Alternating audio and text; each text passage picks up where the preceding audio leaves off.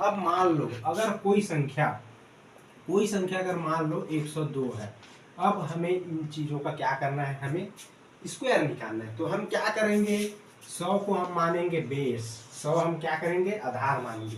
तो देखो 100 में कितना जाता है, 2 जाता है, ठीक है। तो 2 का स्क्वायर कितना होगा, 2 का होता है 4, लेकिन हमें 2 डिजिट में लिखना है, तो कैसे लिखेंगे, 04, ठीक है।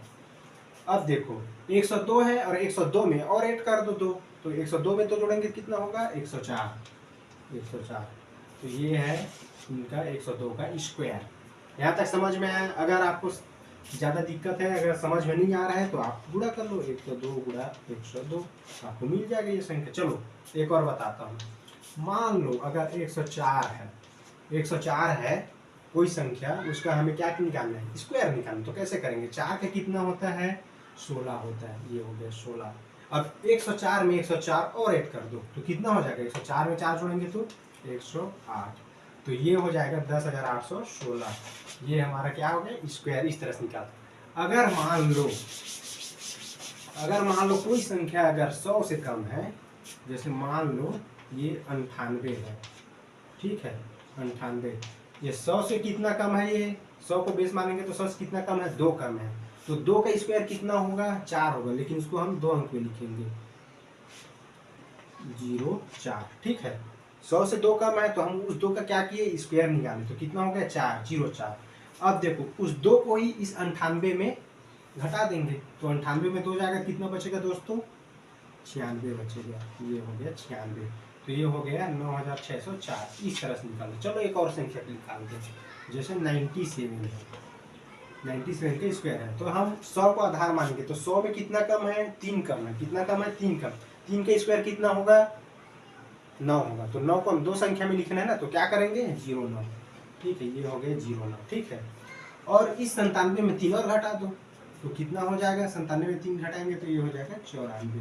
तो 9409।